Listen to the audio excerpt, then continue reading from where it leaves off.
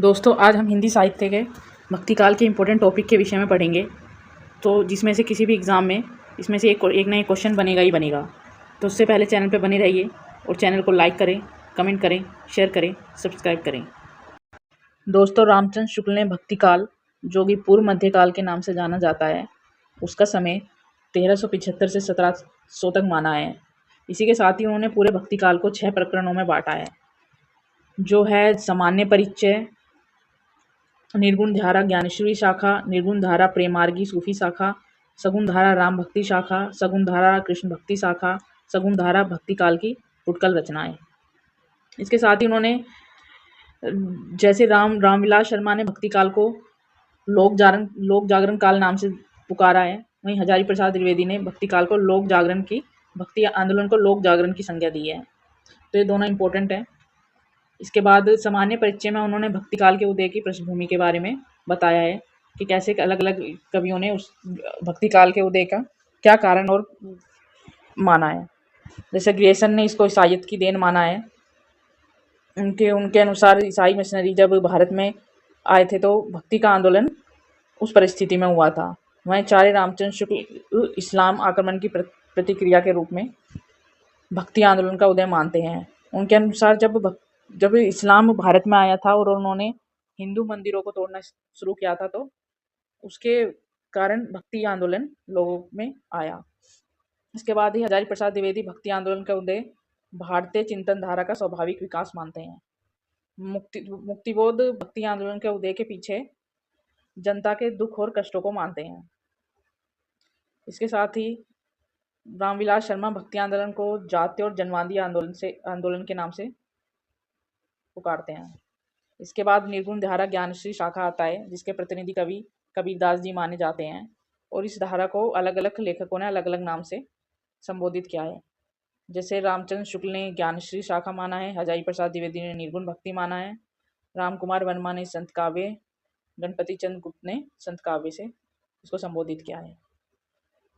और इसके साथ ही उन्होंने अलग अलग लेखकों को इसका प्रवर्तक माना है। जैसे रामचंद्र शुक्ल ने कबीरदास को, हजारी प्रसाद द्विवेदी ने कबीरदास को, राम कुमार वर्मा ने नामदेव को, रामस्वरूप चतुर्वेदी ने भी कबीरदास को इसका प्रथम कवि माना है। इसके साथ ही निर्गुण धारा के जो प्रमुख संत कवि हैं वो इस प्रकार हैं। जैसे रैदास, कबीरदास, जम्बनाथ, हरिदास निरंजनी, गुरु नानक, दादू दयाल, मूलक दास, बाबालाल, सुंदरदास। ये एग्जाम में सीक्वेंस में भी पूछ लिए जाते हैं। इनका कालक्रम, तो ये कालक्रम से है, इनके जन्म के अनुसार ये रखे गए हैं। इसके साथ ही कबीर की भाषा के विषय में भी बहुत से विद्वानों ने बहुत सी कथन कहे हैं। जैसे श्याम सुंदर दास ने इनकी भाषा को पंचमेल खिचड़ी कहा है, रामचंद्र शुक्ल ने इनकी भाषा को सदुखड़ी कहा है, हजारी प्रसाद द्विवेदी ने कबीरदास को भाषा का डिक्टेटर कहा है। इसके बाद रामचंद्र शुक्ल का कथन है कबीरदास के विषय में।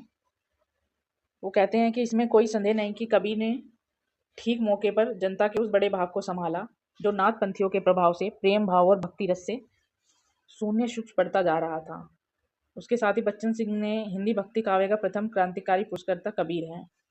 तो ये दोनों कबीर के बारे में इम्पोर्टेंट कथन है। इसके बाद निर्गुण धारा प्रेमार्गी सूफी शाखा आती है, जो कि अलग अलग लेखकों ने इनके लेखकों को अलग अलग माना है। जैसे गणपति चंद्र गुप्त असायत को मानते हैं, राम कुमार वर्मा चंदायन को प्रथम वो मानते हैं, हजारी प्रसाद द्विवेदी ने ईश्वरदास को माना है, और रामचंद्र शुक्ल ने कुदुम्बन को माना है। तो इम्पोर्टेंट है ये याद रखने का, हजारी प्रसाद द्विवेदी ने ईश्वरदास और रामचंद्र शुक्ल ने कुदुम्बन। इसके साथ ही इसमें सूफी संप्रदाय के प्रमुख कवि और उनकी रचनाएं दी गई हैं। जो इम्पोर्टेंट रचनाएं हैं उनको देखते हैं। असायत की हंसावली, मुल्ला दाऊद की चंदायन, दामोदर कवि लखनसेन पद्मावती, ईश्वरदास सत्यवती कथा, कुतुम्बन मृगावती, जिसको रामचंद्र शुक्ल ने प्रथम कवि के नाम से भी पुकारा है। इसकी रचनाएं मृगावती, जायसी पद्मावत, मंझन मधुमालती, नंदास रूप मंजरी, आलम माधवनल कामकंदला, उस्मान चित्रावली, पुहकर रसरतन, शेख नबी ज्ञानदीप, नरपति व्यास नल दमयंती, कासिम शाह हंस जवाहिर, नूर मोहम्मद, इंद्रावती और अनुराग बासरी।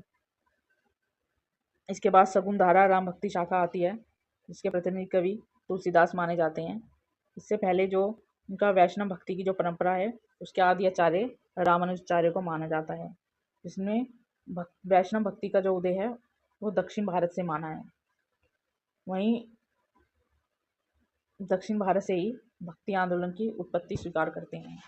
इसके साथ ही उनके प्रमुख संप्रदाय और प्रवर्तक और दर्शन इस प्रकार हैं। जैसे श्री संप्रदाय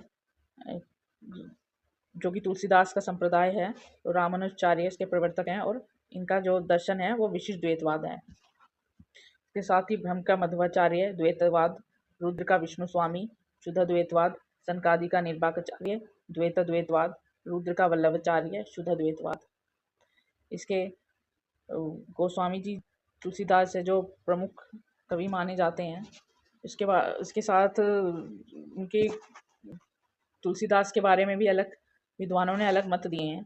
जैसे नामदास ने उनको कलिकाल का वाल्मीकि कहा है और स्मिथ ने मुगल काल का सबसे महान व्यक्ति कहा है। ग्रेसन ने बुद्धदेव के बाद सबसे बड़ा लोकनायक तुलसीदास को कहा है। इसके बाद रामचंद्र शुक्ल का जो प्रमुख कथन है तुलसीदास के बारे में वो ऐसे है, यह एक कवि ही हिंदी को प्रौढ़ साहित्यिक भाषा सिद्ध करने के लिए काफ़ी है। ये तुलसीदास के बारे में रामचंद्र शुक्ल का कथन है। वहीं हजारी प्रसाद द्विवेदी तुलसीदास के बारे में लिखते हैं कि भारतवर्ष का लोकनायक वही हो सकता है जो समन्वय करने का अपार धैर्य लेकर आया हो। वहीं रामविलास शर्मा ने उनको जातीय कवि और अमृतलाल नागल ने मानस का हंस नाम से पुकारा है, जो कि उनका उपन्यास भी है। जैसे गोस्वामी तुलसीदास ने श्री संप्रदाय को माना है, जो कि उनका दार्शनिक में विशुद्ध द्वैतवाद है। वे दास्य भाव की भक्ति में विश्वास करते हैं, उनकी भक्ति दास्य भाव की थी। इसके साथ ही तुलसीदास की प्रमुख रचनाएं जो रामचंद्र शुक्ल ने उनकी 12 प्रमुख रचनाएं मानी हैं। जैसे वैराग्य संदीपनी, रामाज्ञ प्रश्नावली, रामलला नहचू, जानकी मंगल, रामचरितमानस, प्रवृत्ति मंगल, कृष्ण गीतावली, गीतावली, विनय पत्रिका, दोहावली, बर्वे रामायण, कवितावली, जो हनुमान बाहुक अंतिम रचना है। इसके बाद सगुन धारा कृष्ण भक्ति शाखा आती है, जिसके प्रमुख आचार्य और संप्रदाय देखते हैं। निर्वाकाचार्य, इनका सनकादि संप्रदाय जिसका दार्शनिक मत द्वैतवाद है। वल्लभाचार्य का रुद्र शुद्ध द्वैतवाद, जो कि सूरदास का माना जाता है। स्वामी हरिदास सखी संप्रदाय, चैतन्य महाप्रभु गोंडे अचिंत्य भेदवाद, पितरिवंश राधा वल्लभ संप्रदाय। इसके बाद हम देखते हैं कि इसमें गोस्वामी विठलनाथ ने 1565 में 4 अपने और 4 वल्लभाचार्य के शिष्यों को मिलाकर एक अष्टछाप की स्थापना की थी।